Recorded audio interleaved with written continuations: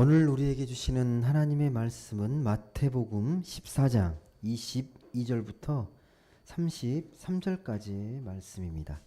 마태복음 14장 22절에서 33절까지의 말씀을 박중서 성도께서 봉독해 주겠습니다. 예수께서 즉시 제자들을 재촉하사 자기가 무리를 보내는 동안에 배를 타고 앞서 건너편으로 가게 하시고 무리를 보내신 후에 기도하러 따로 산에 올라가시니라. 저물매 거기 혼자 계시더니 배가 이미 육지에서 술이나 떠나 바람이 거스름으로 물결로 말미암아 고난을 당하더라. 밤사경에 예수께서 바다 위로 걸어서 제자들에게 오시니 제자들이 그가 바다 위로 걸어오심을 보고 놀라 유령이라 하며 무서워해 소리 지르거늘 예수께서 즉시 이르시되 안심하라 나니 두려워하지 말라. 베드로가 대답하여 이르되 주여 만일 주님이시거든 나를 명하사 물 위로 오라 하소서 하니 오라 하시니 베드로가 배에서 내려 물 위로 걸어서 예수께로 가되 바람을 보고 무서워 빠져가는지라 소리질러 이르되 주여 나를 구원하소서 하니 예수께서 즉시 손을 내밀어 그를 붙잡으시며 이르시되 믿음이 작은 자여 왜 의심하였느냐 하시고 배에 함께 오르매 바람이 그치는지라. 배에 있는 사람들이 예수께 절하며 이르되 진실로 하나님의 아들이로소이다 하더라. 아멘. 네, 오늘은 의심을 대면하는 믿음의 신앙이라는 제목으로 같이 말씀을 나누도록 하겠습니다. 오늘 말씀의 이 배경은요, 게네사렛 호수입니다. 게네사렛 호수, 긴네렛 호수라고 하기도 하고 디베라 바다, 갈릴리 호수 다 같은 말입니다. 이제 여기서 일어난 사건인데 오늘 말씀을 읽어보시면 그림을 그리듯이 좀 생생하게 그려질 거예요. 그 장면이, 예, 어떤 장면인지. 풍랑이 막 거차게 불고 그 배 안에 타고 있던 제자들이 막 몹시 두려워하고 이렇게 당혹해하는 그런 장면입니다. 오늘 말씀대로 이 예수님의 제자들이요 배를 타고 호수를 건너는 중이었습니다. 호수를 건너는 중이었습니다. 그런데 가다가 돌풍을 만나가지고 오도 가지도 못하는 그런 상황에 처하게 됩니다.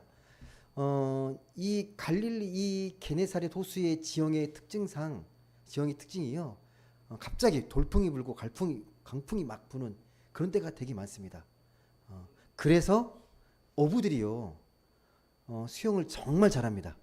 생존 수영이 되게 잘합니다. 이 지역에 있는 어부들은요, 베테랑 어부들은 수영을 되게 잘합니다. 근데 오늘도 강풍을 만나고 돌풍을 만나게 되는데 이걸 한두 번 만난 건 아닐 겁니다. 예. 근데 이게 상황을 정확하게 파악하기는 어렵지만 지금 뭐 생명의 경각간에 있는 그런 건지 아니면 돌풍이 심하게 불어서 지금 역경 중에 사투하고 있는지는 잘 모르겠습니다. 근데 중요한 건 지금 밤중에, 어둠컴컴한 밤중에 강풍과 돌풍을 만나가지고 지금 파도하고 사투하고 있는 건 분명히 맞습니다. 그런 장면입니다. 그런데도 한밤중이고 되게 위력이 크게 느껴져가지고 되게 힘들어하고 있는 건 분명히 보입니다. 예수님이 이걸 보세요. 예수님은 그때 근처 산에서 기도하고 계셨습니다. 기도하고 계셨는데 그 장면을 보시고 오늘 보면 밤 사경이라고 되어 있는데 우리 시각으로 하게 되면 새벽 4시에서 6시 사이 정도 그 시간입니다. 어두컴컴한 밤입니다. 그 밤 시간에 예수께서 그렇게 파도와 이 강풍의 사투 중인 제자들을 찾아가십니다. 찾아가시는데 걸어서 가십니다. 배 타고 가시는 게 아니고 거기를 험한 호수 위를 걸어서 찾아가십니다. 이 장면을 보게 되면 믿지 않은 사람들은 딱 의심하는 거죠. 말이 되냐? 무슨 사람이 바다 위를 걸어서 파도 치는 그 바다를 어떻게 걸어가느냐? 딱 믿음에서 걸리게 되어 있습니다. 예. 물에 뜨도록 뭐 발에 뭐 기구를 단 것도 아니고, 예. 어떻게 가능하냐라고 분명히 따질 겁니다. 우리는 믿잖아요. 어떻게 믿으십니까, 여러분? 왜? 예수님은 하나님의 아들이시니까, 하나님이시니까 능치 못할 일이 없잖아요. 근데 그렇게 믿음으로 보면 가능한데 믿음이 없이 보게 되면 그냥 문자적으로 보게 되면 있을 수 없는 일이죠. 인간이 어떻게 물 위를 걸어갑니까? 예. 그나마 합리적으로 해석할 수 있는 건 이런 거죠. 너무 이게 막 그 강풍과 돌풍 정신이 없으니까 마치 예수님이 이렇게 물 위를 걸어오는 것처럼 착각할 수 있다라고 아마 해석을 할 수 있을 겁니다. 그나마 합리적으로요. 여하튼 지금 바람이 아주 강하게 불고 파도가 배를 삼킬 듯이 또 아직 이 밤은 깜깜한 되게 두려운 이 시간 속에 있습니다. 제자들이요. 뱃속에서. 배가 지금 어디에 있는지도 몰라요. 호수 한가운데 있는지 물 밑으로 떠내려 왔는지 그런 상황 속에서 이런 상황에서 예수님이 물 위를 걸어오십니다. 어떻게 보였을 것 같습니까, 여러분이? 정신없고 막 이게 막 정신 못 차리고 있는데 누가 이렇게 걸어와요. 뭘로 보일 것 같습니까, 여러분? 한 번도 경험해 보지 않았습니다. 이게 여러 번 오신 게 아니고 처음 있는 일이에요. 어떤 반응이 나와야 정상입니까? 오늘 말씀처럼 유령이다 이게 맞는 거죠. 경험해 본 적이 없잖아요. 어떻게 합니까? 이게 두려워서 유령이라고 외치는 게 당연한 겁니다. 그럴 만합니다. 호수 위를 걷는다? 상상할 수 없는 일이에요. 누가 해본 적도 없고 경험해 본 적도 없어요. 매에게 두려운 일입니다. 누군가 물 위를 걸어온다? 상상할 수 없는 일입니다. 자신들 앞에 제자들 앞에 벌어지는 일이 어떤 일인지 이해를 못 하잖아요. 알 수가 없잖아요. 이게 두렵습니다. 근데 여러분 이런 상황은요. 제자들만이 아니라 오늘 우리도 얼마든지 겪을 수 있습니다. 실체를 구별하지 못하면요. 진짜 실체가 뭐고 그걸 구별하지 못하면 유령이다라고 외치게 될 거예요. 여러분이. 문제에 막 사로잡혀가지고 힘들어 뭐가 실제인지 진짜인지 모르면요. 유령이라고 외칠 겁니다. 여러분들도. 실상을 분별 못하고 실체를 자꾸 놓치게 되면요. 그게 다 유령처럼 보일 겁니다. 요즘 그 TV에 보게 되면요. 그 한창 저는 뭐 당연히 없기 때문에 못하지만 뭐 SK나 뭐 삼성 주식이 막 올라가지고 부자 됐다는 소리가 막 사방에서 막 들립니다. 근데 요즘 폭락해가지고 그걸 개미 투자가라고 한다고 그러잖아요. 작은 여러분 같은 서민들이 이렇게 투자하는 걸 개미 투자가. 그래서 근데 그분들이 지금 요즘 워낙 폭락해가지고 마음이 되게 두렵고 막 막 자살하는 분도 있고 뭐 그렇게 생긴다고 합니다. 근데 이것도 잘 보십시오. 실체가 뭡니까? 대박이라는 이 유령을 쫓아서 막 다 성공할 것 같은 그게 실체처럼 보이니까 쫓아간 거잖아요. 정확한 투자의 목적이 있고 그런 게 있으면 흔들리지 않을 텐데 누가 주식 사서 돈 벌었다 그러면 다 쫓아가서 그게 좀만 틀어지면 막 흔들리고 막 그게 어떤 우리의 유령의 실체일 수 있습니다. 우리나라에서요 그 의사들 중에 산부인과하고 청소년과가 가장 인기가 없답니다. 아십니까, 여러분? 그래서 막 큰일이라고 그럽니다. 또 노고청원에 의사들이 안 간다고. 거기 다 의사가 필요하잖아요. 안 간다고 난리가 아닙니다. 들어보면 왜 안 가느냐? 다른 데보다 일은 많은데 수입은 적고 그렇게 얘기하는 거잖아요. 일은 고되고 수입은 적고. 여러분 해결할 수 있는 방법이 뭡니까? 저는 방법을 알 것 같은데 입학 정원을 확 늘리거나요. 아니면 산부인과 청소년과 따로 뽑으면 되지 않나요? 제가 좀 틀렸나요? 당연히 안 된다고 그러겠죠. 의사협회에서 당연히 안 된다고 그러겠죠. 그러면 안 된다고. 그렇게 함부로 하는 게 아니라고. 근데 실체가 뭐예요? 실체가 여러분? 실체가 뭡니까? 아마 제 입학 정원 늘리고 막 산부인과 청소년과 따로 뽑아도 학생들 어마어마하게 몰릴걸요?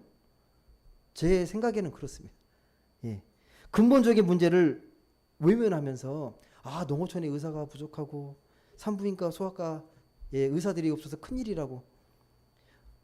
실체가 아니라 유령을 보면서 문제의 근본을 보지 못하고 현상만 보면서 자꾸 막 문제가 대단한 것처럼 이야기를 하잖아요. 솔직히 말하면 기득권을 놓기 싫은 거잖아요. 놓기 싫은 거잖아요. 조금만 양보하면 되는 일인데 그게 싫은 거니까. 우리도 마찬가지입니다. 그 순간 똑같은 상황에서도요. 우리는 실제를 외면할 수 있습니다. 내 이익에 피해가 가게 되면 다른 명분을 갖고 그것을 외면할 수 있습니다. 이 예수님이 오시고 막 유령이다 막 당황하니까 그 순간 예수님이 제자들을 안심시키면서 이렇게 말씀합니다. 27절에 한번 같이 읽어보시죠. 27절 같이 읽어보겠습니다. 시작.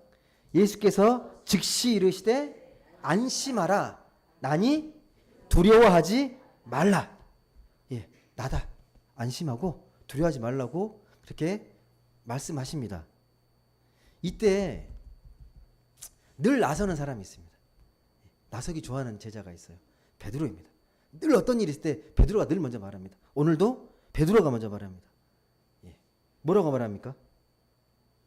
28절에 베드로가 대답하여 이르되 주여 만일 주님이시거든 나를 명하사 물 위로 오라 하십시오라고 말합니다. 예, 예. 다른 제자들은 가만히 있는데 그 순간에 베드로가 만일 주님이시거든 명하사 나를 물 위로 오라고 하십시오.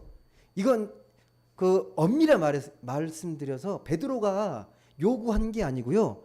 명하사 요청을 드리는 겁니다. 뜻이 있으면 저를 걷게 해주십시오. 이게 베드로의 어떤 그 요구가 아니라 그 하나님의 명이시면 제가 무리를 걷겠습니다라는 의미입니다. 그에 대해 예수님이 뭐라고 대답하십니까? 그에 대한 응답이 뭡니까?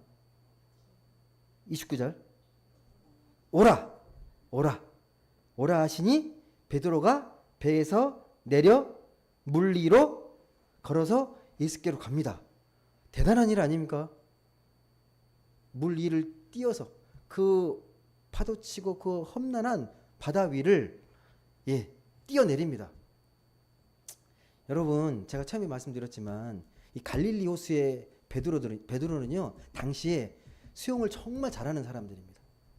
아까 말했지만 지형상으로도 그렇지만 이 물고기를 잡을 때요 이 후리꾸미라 그러는데 이제 물고기를 정리하고 할 때 얕은 물가나 좀 뛰어내려서 이 그물을 정리해야 돼요. 수영 못하면 절대 못합니다. 그리고 예수님이 그 부활하셔가지고 서 있을 때 베드로가요 100m 가까이서 헤엄쳐서 가요. 수영 되게 잘하는 사람들입니다. 근데 그렇게 해도 지금은 되게 위험한 상황입니다. 위험한 상황이에요. 그런데 저는 이해가 안 돼요. 이 부분이. 왜 그랬을까? 그 물 위에 뛰어들면 되게 위험한 거잖아요. 위험하잖아요. 위험합니다. 제가 옆에 있었으면 말렸을 것 같아요. 아, 그거 너무 무리한 욕을 하고 큰일 난다고. 그런 욕 하지 말라고. 그랬을 것 같은데 베드로가 이렇게 욕을 하는 거예요. 저를 명하사 물 위를 걷게 해달라고. 이게 무슨 의미가 있을까요? 이 물 위에 뛰어내려서 물 위를 걷는다는 게 어떤 의미가 있죠? 이 순간에, 이 와중에, 이 힘든 와중에 물 위를 걷는 게 어떤 의미가 있는 거예요?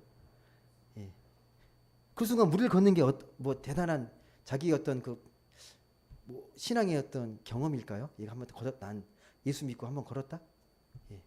그렇게 생각하면 표적을 구하는 신앙이 됩니다. 유대인들이 했던 것도 표적을 구하는 거예요. 예수님이면 저를 걷게 해주십시오. 표적을 구하는 신앙이 되는 거고 다르게 해석하면요. 이 무리를 걷게 함으로 인해서 무리를 걷는다는 건 대단한 믿음의 행위잖아요. 아무나 할 수 있는 게 아니잖아요. 그렇게 해석할 수도 있습니다. 의견이 분분해요. 성사학자들 사이에서. 표적을 구하는 거냐 진짜 큰 믿음으로 이렇게 행한 거냐. 여러분 어떻게 생각하십니까? 근데 저는 옆에 있었으면 말렸을 것 같아요. 무모하다고. 그건 무모한 거라고. 예수님이 구해주시면 되지. 뭘 무리를 걸어서 뭐 그런 걸 요구하냐고. 공중부양하고 축지법 이게 뭔 의미가 있습니까? 대단한 베드로가 여하튼간 용기 있게 뛰어내려가지고 무리를 걷잖아요. 처음엔 걸어요. 되게 놀라운 일입니다. 근데 언제 이게 물에 빠집니까? 어떻게 됐을 때? 어떻게 할 때 물이 빠지는 거예요? 보세요. 30절 걷다가 30절에 보시게 되면 바람을 보고 무서워 빠져가는지라. 그러니까 처음에는 잘 걷다가 예수님 보고는 잘 걷다가 갑자기 이제 바다를 보고 파도를 보니까 두려움이 생기잖아. 그 무서움을 보면서 빠져 들어가는 거잖아요. 이게 얼마나 심했으면 베드로가 허우적거렸다는 건 수용할 수 없는 상황인 거죠. 그만큼 심각한 상황인데 왜 이렇게 무모한 짓을 했을까요?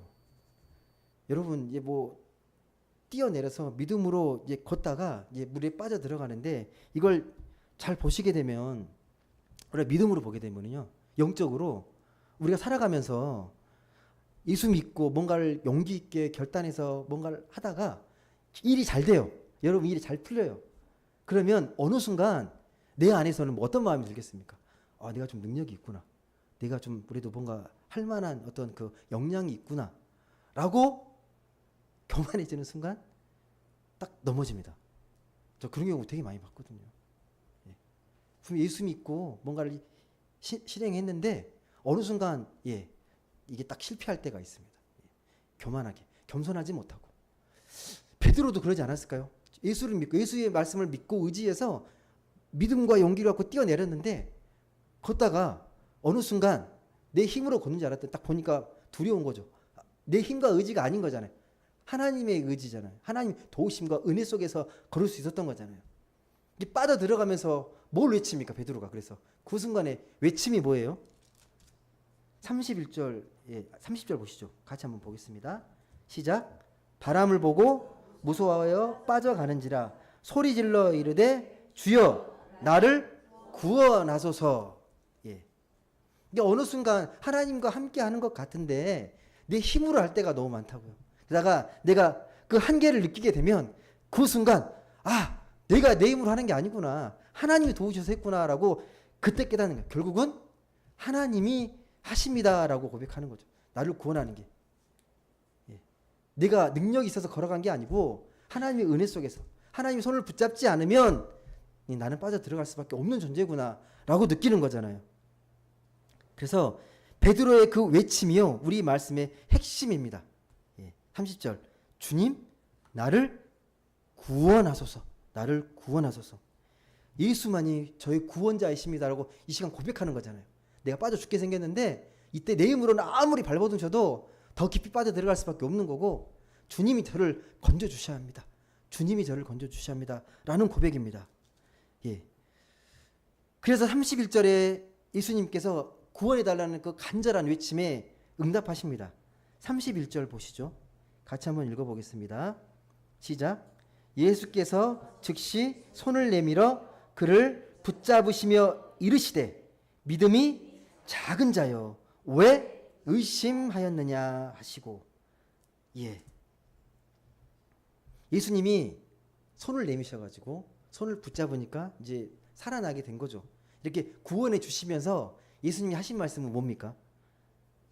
믿음이 작은 자요. 왜 의심하였느냐라는 게 주님의 메시지입니다. 여러분, 지금 베드로는 믿음이 작았기 때문에 의심했다고 예수님의 책망을 받고 있습니다. 이 순간에 믿음이 작아서 믿음이 작았기 때문에 의심한다고 우리에게 이야기합니다. 여러분은 어떨 것 같습니까? 그럼 여러분 반대로 믿음이 작다 그랬으니까 믿음이 크면 여러분 의심하지 않습니까? 어떠세요? 믿음이 정말 크면 의심하지 않습니까? 내가 믿음이 강하고 믿음이 크면 의심하지 않을 수 있습니까? 잘 생각해 보십시오, 여러분. 여러분 신앙생활 하시면서 지금까지 의심이 조금도 하나도 없는 그런 상태, 완전하게 믿는 상태 여러분 정말 가능하세요? 솔직히 이거 불가능합니다. 불가능합니다. 처음에 의심이 없다가도 어떤가요, 여러분? 일이 안 풀리고 뭔가 이 고난이 닥치면 의심하잖아요. 의심하지 않습니까? 성경에도 그런 역사 아닙니까? 하나님 믿고 따랐다가 좀만 어려움이 있으면 불평하잖아요. 하나님 살아 계십니까? 하나님 어디 계세요? 계속 불평하잖아요. 믿음이 적든 크든 우리는 의심을 완전하게 지울 수 없는 존재입니다. 그 연약함, 그 한계를 우리가 직시해야 됩니다. 그걸 외면하면 안 돼요. 믿음이 좋으면 의심이 없어. 아니고요. 믿음이 있어도 의심할 수 있어요. 그걸 정직하게 대면하셔야 합니다. 믿음이 있어도 우리는 의심할 수 있다. 의심한다. 어려움을 만나면 의심하게 되어 있습니다. 그걸 정직하게 대면하시라고요. 믿음이 좋으면 어려움 가운데서도 그냥 슬기롭게 막 잘 대처하고. 아닙니다. 고난 앞에서 누가, 어느 인간이, 연약한 인간이 그걸 잘 견뎌냅니까? 쉽지 않습니다. 처음에 의심하지 않고 믿음으로 물에 뛰어내렸던 베드로도 그렇잖아요. 베드로도 바람을 보니까 두려워서 물에 빠지잖아요. 분명히 예수의 말씀을 믿고 의지해서 물 위를 걸었는데 잠깐 바다를 보고 무리를 보니까 바람을 보니까 두려워서 빠지잖아요. 예수 안 믿는 거 아닙니다. 안 믿는 거 아니에요. 예. 의심한 거예요. 의심한 거예요. 그 순간에. 오늘 본문이 말하는 건 그겁니다. 바람과 파도라는 감당하기 힘든 현실. 그 현실 속에서 어떻게 우리가 믿음으로 바라볼 것인가? 그걸 어떻게 이해할 것인가? 여러분, 제자들이 누굽니까? 제자들이요. 제자들이 이렇게 만만한 사람들이 아닙니다. 예수를 따르겠다고요. 가족도 버리고 직업 다 버린 사람들입니다. 그런 사람들이에요. 그런 사람도 이런 버거운 현실을 만나면 힘들어해요. 의심합니다. 예. 모든 걸 버리고 따랐는데도. 예. 가룟 유다는 예수를 팔았고요. 베드로도 그렇게 당당하게 맨날 나서서 예수님을 지키겠다고 그렇게 믿음을 고백했던 베드로도 예수 잡히자 3번 부인합니다. 예. 주님을 부인합니다. 우리가 사는 동안 믿음을 갖다가 두려움도 생기고 의심을 갖잖아요. 예. 완전히 떨치고 싶어도 쩔쳐내는 게 어렵다고요. 예. 아무리 믿음이 강해도 어쩔 수 없습니다. 그게 우리의 한계고 우리의 연약함입니다. 저와 여러분 다 마찬가지입니다. 예. 그러면 이제 우리가 이걸 아셔야 돼요. 왜 두려움과 의심에 사로잡히게 될까? 예. 저번 주에 제가 잠깐 말씀드렸지만 불확실해서 그래요. 삶의 불확실성. 예. 뭐가 완전하지 않기 때문에. 내 삶이 미래에 완벽하게 계획되어 있다면요. 여러분 불안해할 거 하나도 없어요. 그러잖아요. 이미 계획되어 있으니까. 근데 불안하잖아요. 어떻게 될지 모르잖아요. 그 불안감, 이 불확정성, 이게 우리의 마음을 사로잡을 때가 너무 많다는 겁니다. 예. 우리가 매일 만나는 변하지 않을 것 같은 일상들. 변합니다, 여러분. 여러분 건강이 늘 똑같지 않고요. 여러분의 그런 직업이라는 게 늘 안정적인 게 아니고요. 여러분의 관계, 여러분의 환경 어떻게 될지 모릅니다. 늘 있을 것 같지만 늘 있지 않습니다. 늘 존재하지 않습니다. 가족과 친구들 우리에게 확실성을 주는 것 같지만 아닙니다. 어느 순간에 또 바뀌고 사라집니다. 우리가 겪었잖아요. 늘 함께 있을 것 같은데 그러지 못하는 것들이 너무나도 많다는 거. 돈이 많으면 어느 정도 마음이 편하게 느껴지겠지만 확실한 게 아닙니다. 한번 큰 파도가 치면요. 내가 아무리 붙들고 싶어도 붙들 수가 없습니다. 최근에 지진이 나고 화재가 많이 났습니다. 그 지진과 화재로 피해를 입은 사람들이 지진과 화재를 삶의 변수로 예상했겠습니까? 그런 일이 닥칠 거라고? 아니요. 그런 건 없을 거라고 생각했을 거예요. 근데 아무리 견고하게 돈이 많고 친구들이 많고 주변에 환경이 좋아도 지진 한 번으로 화재 한 번으로 싹 사라집니다. 그게 우리 인생 연약한 우리의 모습입니다. 오늘 제자들처럼 바람과 파도라는 그 어두움이 우리 일상을 집어삼킵니다. 근데 여기까지만 생각하면 우리의 인생이 고역이고 절망적입니다. 여기까지만 생각하면. 근데 우리가 하나님 믿는 사람이잖아요. 여기서 한 단계 영적으로 한 걸음 더 들어가셔야 합니다. 다시 말씀드리지만 우리가 두려움과 의심을 떨쳐낼 수 있는 영적인 지혜를 우리가 말씀을 통해서 배우셔야 합니다. 그러기 위해서는 먼저 근본적인 실체에 우리가 직면해야 합니다. 다시 말씀드리지만 우리는 연약한 존재입니다. 우리가 생각하는 것만큼 우리는 강하지 않습니다. 연약한 존재고 우리가 한계를 뼈저리게 인식하는 게 중요합니다. 오늘 베드로처럼요. 처음에 하나님 믿고 뭔가를 잘 될 것 같다가 물에 빠지면서 베드로도 느끼잖아요. 아, 내 힘이 아니구나. 하나님의 도우심이구나. 그때 내 가슴 깊이 터져 나오는 고백. 주님, 저를 구원해 주십시오라는 고백. 주님, 저를 구원해 주십시오. 이 내 영혼 중심에서 터져 나와야 합니다. 여러분, 이런 위기와 고난 속에서 믿지 않은 사람들이 주는 지혜가 뭔지 아십니까, 여러분? 힘들고 어려울 때, 아, 너무 힘들어. 아, 요즘 고민이 또 많아. 그럴 때 믿지 않는 사람들은 뭐라고 하는지 아세요? 어떤 게 지혜로운 조언인지 아십니까? 아야, 인생은 다 그래. 다 그래. 원래 고난 없는 인생 없고 그냥 너무 그거에 아프게 머리 아프게 생각하지 말고 그냥 인생 잘 즐기면서 살면 돼. 그리고 두려움과 이 뭐 근심이 닥치면 그냥 그러려니 너만 그런 게 아니라 다 힘들어. 다 힘드니까 어쩔 수 없어. 그냥 그걸 그냥 그러는 거다 하고 견뎌내고 사는 게 다 인생이야. 다 그렇게 사는 거야. 라고 말할 거예요. 위로가 되십니까? 방금 위로가 되십니까? 전혀 틀린 말은 아니잖아요. 형상적으로 보면 틀린 말은 아닙니다. 그렇게 뭐 인생관을 잡고 있으면 설득할 자신이 없어요. 그렇게 그게 인생이라고 생각하면. 그런데 그렇게 말하는 인생에 중요한 게 뭐가 빠져 있습니까? 하나님을 믿음으로 나타나는 그 인생의 더 깊은 차원을 모르잖아요. 하나님을 믿고 삶을 바라보는 관점이나 그 깊이 있는 경험을 해보지 않았기 때문에. 그게 전부니까. 이게 사는 게 전부니까 그렇게 말할 수밖에 없는 거잖아요. 근데 우리는 그런 차원을 살아가는 사람들이 아니잖아요.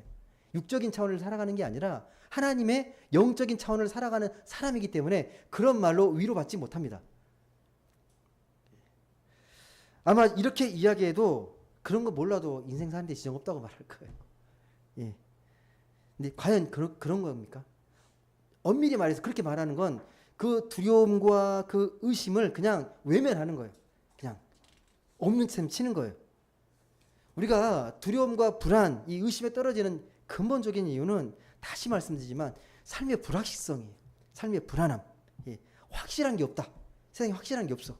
그 생각이 뭘로 이어지냐면 자기 염려로, 자기 불안으로 이어지는 거예요. 그러니까 내가 갖고 있는 그 염려와 불안은요, 미래에 대한 안전이에요. 안전함. 안전할까? 아무런 문제 없을까? 그게 걱정이고 불안이고 이 두려움과 의심을 느끼는 진짜 원인입니다. 여러분, 그래서 내가 잘못될까 하는 그 마음이 있잖아요. 혹시 내가 잘못되지 않을까? 라는 것과 하나님을 의심하는 게 맞물려 있습니다. 맞물려 있어요. 이게 우리의 실존입니다. 이걸 인정하셔야 됩니다. 하나님 안 믿는 게 아니라 그 두려움 속에서는 두려움과 불안 속에서 하나님에 대한 의심과 이렇게 연결되어 있다고요. 그럼 어떻게 하면 되겠습니까? 어떻게 하면 될까요? 마태복음 10장 28절 말씀 한번 보십시오. 그렇게 불안해하는 우리에게 주시는 예수님의 메시지입니다. 마태복음 10장 28절 말씀입니다. 마태복음 10장 28절.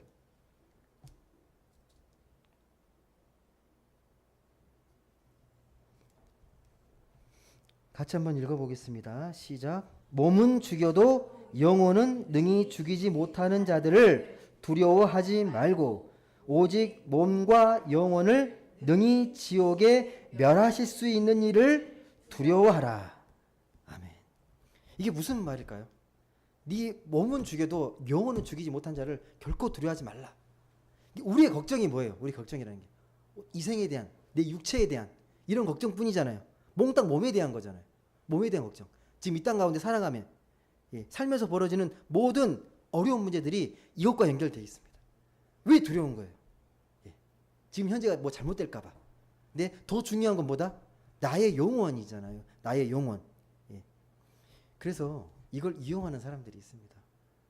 사이비나 이단들은 사람의 마음을 되게 두렵게 해요.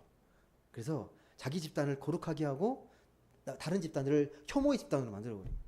거룩한 집단과 그러지 못한 집단으로 분리시키고 심리적으로 조금만 죄를 지어도 죄책감에 사로잡히게 만듭니다. 그래서 그들의 영혼을 딱 올가매는 거죠. 오늘 말씀이 뭐라고 기록되어 있어요? 몸과 영혼을 지옥에 멸하실 수 있는 일을 두려워하라고. 누굽니까? 이런 분이? 하나님이시죠.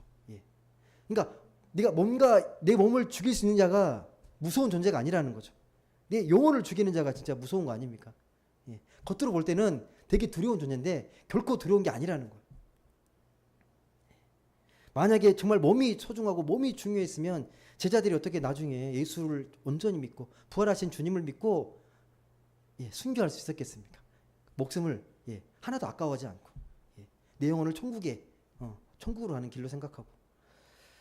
여러분, 예수님의 그 비유 중에요, 어리석은 부자 비유가 있습니다. 이야기를 잘 들어보신 분도 있을 텐데 누가복음 12장에 보게 되면 어리석은 부자가 나와요. 그해 소출이 많아서 풍년을 거뒀습니다. 너무 이게 곡식이 많으니까 고민하는 거죠. 이거 어떻게 할까? 그래서 창고를 크게 지어가지고 거기다가 이렇게 잘 저장해놨다가 뭐 계속 잘 살아야지. 근데 그 순간에 찾아오는 거죠. 어리석은 부자요. 네 영혼을 오룻밤에 바로 찾아가면 너 어떻게 할래? 이게 무슨 의미가 있냐라는 거죠. 이게 무슨 말입니까, 여러분? 이 땅이 전부라고 생각하는 거죠. 이제 여러분 이게 믿지 않는 사람으로 생각하면 안 됩니다. 믿는 자에게 한 말씀이에요. 비유입니다. 예. 우리가 하나님 믿는다고 하면서도 우리의 걱정과 생각들이 이 땅에 매몰될 수 있다는 거예요.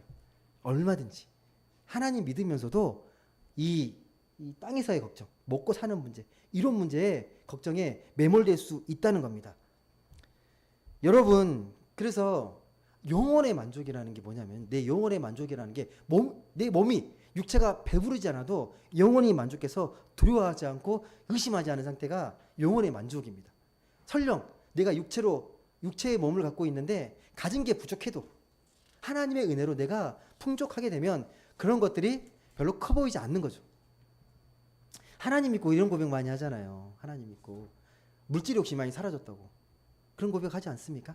하나님 믿고 은혜 받고 나서 물질에 대한 욕심이 많이 사라졌다고. 그만큼 그게 중요하지 않다는 것을 내 영혼이 느끼는 거잖아요. 그래서 내 영혼이 하나님의 은혜로 풍족하게 되면요, 내가 좀 가진 게 없어도 그걸로 인해서 불안해하거나 힘들어하지 않고 다른 사람에게 인정받지 못했다고 해서 그것 때문에 섭섭해하지 않습니다. 하나님이 인정해 주시니까. 기독교의 신앙은요, 하나님 안에서 내 영혼이 풍요로워지는 걸 믿는 겁니다. 하나님 안에서. 그걸 믿음으로 두려움과 의심에서 벗어난 사람들이라고 말합니다. 다시 또 말해서 이게 바로 죄와 죽음에서 해방됐다라고 말하는 겁니다. 같은 말입니다, 여러분. 같은 의미입니다. 근데 이렇게 살고 싶은데 쉽진 않죠. 쉬우신가요, 여러분? 어떠세요?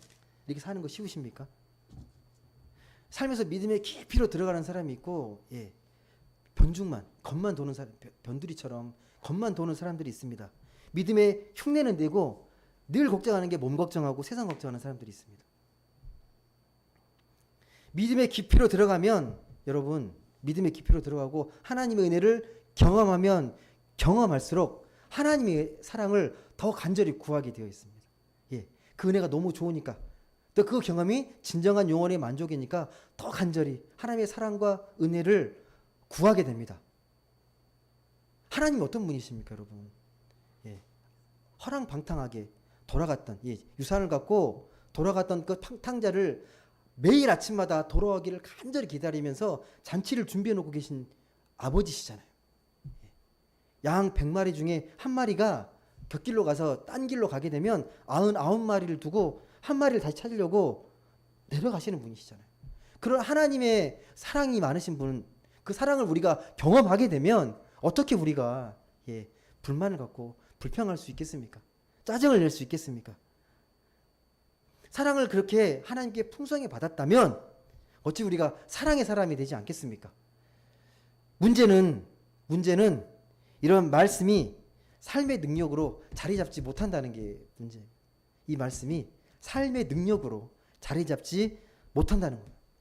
하나님을 엄밀히 말씀드려서, 냉정히 말씀드려서 이건 하나님을 잘 믿지 못하는 거고 하나님의 사랑을 잘 느끼지 못하는 겁니다. 이걸 다시 말해서 경건의 모양은 있지만 경건의 능력은 없다라고 말씀드릴 수 있습니다. 여러분, 이 문제를 어떻게 극복할 수 있을까요? 오늘 답이 나와 있습니다. 어떻게 하면 될까요? 오늘 예수님께서요, 이 물에 빠져가는 이 베드로를 어떻게 하셨습니까? 그냥 지켜보고 계셨습니까? 주님이 먼저 손을 내미셨습니다. 주님이 내미셨어요. 내미셨는데 진짜 끌어온 게 아니고요. 내미셨어요. 잡는 건 내가 잡는 겁니다. 내가 잡아야 돼요. 주님 저를 구해주세요. 간절히 기도하면서 그 기도에 응답하십니다. 손을 내미십니다. 내밀어도 내가 붙잡아야 되는 거예요. 붙잡아야 됩니다. 그 응답으로요. 그러니까 손을 내밀어서 베드로가 붙잡고 문제의 해결의 실마리를 잡게 되는 거죠. 주님 손을 잡았을 때 전적으로 주님을 의지하는 단계로 넘어가는 거예요. 주님 손을 붙잡으면서요. 그게 33절의 고백입니다. 마지막 33절 고백 한번 읽어보겠습니다. 33절 고백 같이 한번 읽어보겠습니다. 시작. 함디 예수께 절하며 이르되 진실로 하나님의 아들이로소이다. 예수님의 손을 붙잡고 구원받게 되면 이런 고백을 한다고요. 예. 진실로 하나님의 아들이십니다. 그러니까 제자들은요, 지금 예수님에게서 구원의 손길을 경험하고 하나님을 체험했습니다. 그 순간에. 예. 그래서 무엇이 사입이고 무엇이 가짜인지 진짜 생명인지를 그 순간 체험하게 된 겁니다. 예. 절제절명의 위기 속에서 주님의 손을 붙잡았더니 내가 구원받았다. 그 구원이 생명이다. 라는 것들을, 그 고백을 진실로 하나님의 아들이십니다. 라는 고백이 터져 나오는 겁니다. 누가 시켜서 하는 게 아닙니다. 예. 내 그 영혼의 감격 속에, 구원받은 자의 감격 속에 튀어나오는 게 하나님의 아들이십니다. 진실로 하나님의 아들이십니다. 라는 겁니다. 여러분, 믿음이라는 게요, 우리에게 주어진 일용할 양식이 있습니다. 하나님 우리에게 주신 그 일용할 양식을 영혼의 만족까지 가능하게 하는 능력이 믿음입니다. 여러분의 삶에서 내게 주어진 것을 영혼의 만족으로 끌어올릴 수 있는 그 믿음의 그런 영혼의 능력, 그게 우리의 믿음입니다. 그 믿음의 능력입니다. 이런 경험 있으십니까 혹시? 믿음만으로 내가 정말 배부르고 만족하고 혹시 그러십니까? 믿음은 믿음이고 양식은 양식이신가요? 마태복음 4장 4절에 보면요, 예수님이 마귀의 시험을 당할 때 이런 시험을 당합니다. 네가 진짜 하나님의 아들이면 이 돌을 떡덩이로 만들게 해달라고. 먹고 사는 문제가 중요하니까 그걸 요구합니다. 그때 주님의 답변이 뭐였습니까? 그때 주님의 답변이 사람이 떡으로만 살 것이 아니요 하나님의 입으로 나오는 모든 말씀으로 살 것이다. 떡으로만 살 것이 아니라, 떡이 필요합니다. 일용할 양식이 필요한데 떡으로만 살아서는 안 되고 하나님의 말씀으로 너희가 살아야 진짜 사는 거다. 그 내게 주어진 떡이 진정한 떡이 되려면 말씀을 통해서 영혼에 만족할 수 있는 능력까지 끌어올려야 한다는 거예요. 그 일용할 양식 그냥 당연한 거고 누구나 있는 게 아니라 그게 얼마나 귀하고 고귀한지 생명인지를 그 일용할 양식을 통해서 영혼의 성수까지 끌어올리라는 겁니다.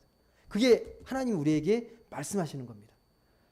말씀을 맺겠습니다. 2000년 전 이 게네사렛 호수에서 벌어진 사건은요, 우리가 보이기에는 옛날의 역사적인 사건으로 비춰지겠지만 여전히 영적으로 지금도 오늘 우리에게 끊임없이 벌어지는 일들입니다.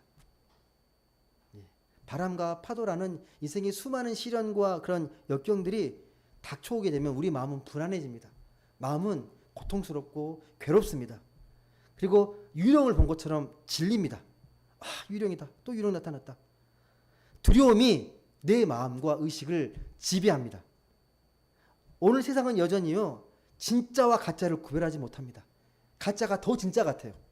분별하지 못하는 세상 속에서 의심하고 불신하는 유령들이 만연해 있습니다. 진짜 아닌 걸 진짜처럼 믿고 그걸 쫓아가는 사람들이 너무도 많습니다. 사람들은 그게 인생이라고 어쩔 수 없다고 생각할 겁니다. 하지만 우리는 아닙니다. 폭풍과 몰아치는 그 혼란스러운 속에서도 우리는 주님이 내미는 손을 붙잡아야 합니다. 진짜 손을 붙잡고 생명을 경험해야 합니다. 오늘 우리가 이 시대에 하나님 믿는 사람으로서 아무리 물속에서 호우적대더라도 마지막에 이 고백을 하셔야 돼요. 주님, 저를 구해 주십시오. 혼란스럽습니다. 어떻게 해야 됩니까? 저를 구해 주십시오. 참 평화와 안식을 구합니다. 저를 구원해 주십시오. 라고 외쳐야 합니다. 그러면 주님이 반드시 손을 내밀고 계십니다. 그러면 우리는 그 손을 붙잡으시면 됩니다. 붙잡고 그 강한 손에 붙들려서 내 인생을 더 깊이, 더 온전히 하나님께 신뢰하는 삶으로 옮겨가야 합니다. 그런 삶으로 내가 살면서 느끼는 그 의심의 안개들을 하나씩 하나씩 걷어내시고 믿음의 눈으로 더욱 세상을 바라보면서 선명하게 하나님의 나라를 꿈꾸시는 분들이 다 되시길 바랍니다. 그래서 더욱 영적으로 성숙하고 믿음이 업그레이드 되어서 하나님 안에 참 행복을 채워가는 그런 복된 신앙의 삶을 살아갈 수 있기를 주님의 이름으로 간절히 소망합니다. 기도하겠습니다. 사랑과 은혜의 하나님 감사드립니다. 오늘 또 복된 주일을 맞아 하나님께 예배의 자리에 나와서 예배하게 하시니 너무 감사드립니다. 우리는 죄인이고 늘 걱정과 두려움과 불안 속에서 하나님을 온전히 믿지 못할 때가 너무도 많습니다. 우리의 연약함, 우리의 한계성, 이 모든 것들을 하나님께 온전히 내려놓고 하나님의 도우심과 하나님의 구원의 손길을 더욱 의지하며 그렇게 살아가는 복된 인생이 되게 하여 주옵소서. 세상에 있는 것들을 단지 세상의 것으로 바라보는 것이 아니라 그 깊음, 하나님의 뜻과 의미와 정신을 깨달아서 믿음의 능력으로 영혼의